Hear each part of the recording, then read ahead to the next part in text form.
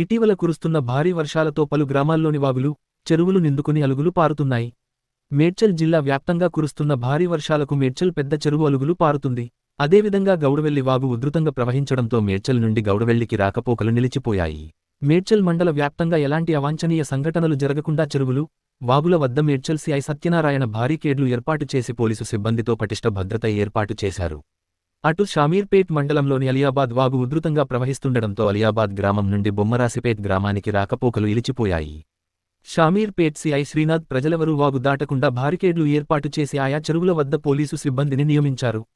హకీంపేట్లోని రాజీవ్ రహదారిపై చెట్లు విరిగిపడడంతో భారీగా ట్రాఫిక్ జామ్ అయింది.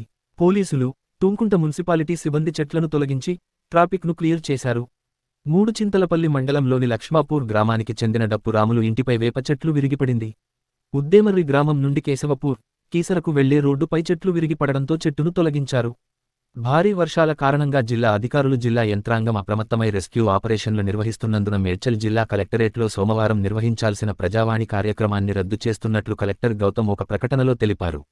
మరో 24 గంటల పాటు భారీ వర్షాలు ఉన్నాయని వాతావరణ శాఖ హెచ్చరిక కారణంగా మేడ్చల్ జిల్లాలోని అన్ని పాఠశాలలకు జిల్లా కలెక్టర్ గౌతమ్ సోమవారం సెలవు ప్రకటించారు. జిల్లా వ్యాప్తంగా సహాయక చర్యలకు టోల్ ఫ్రీ నంబరు ఏర్పాటు చేశారు.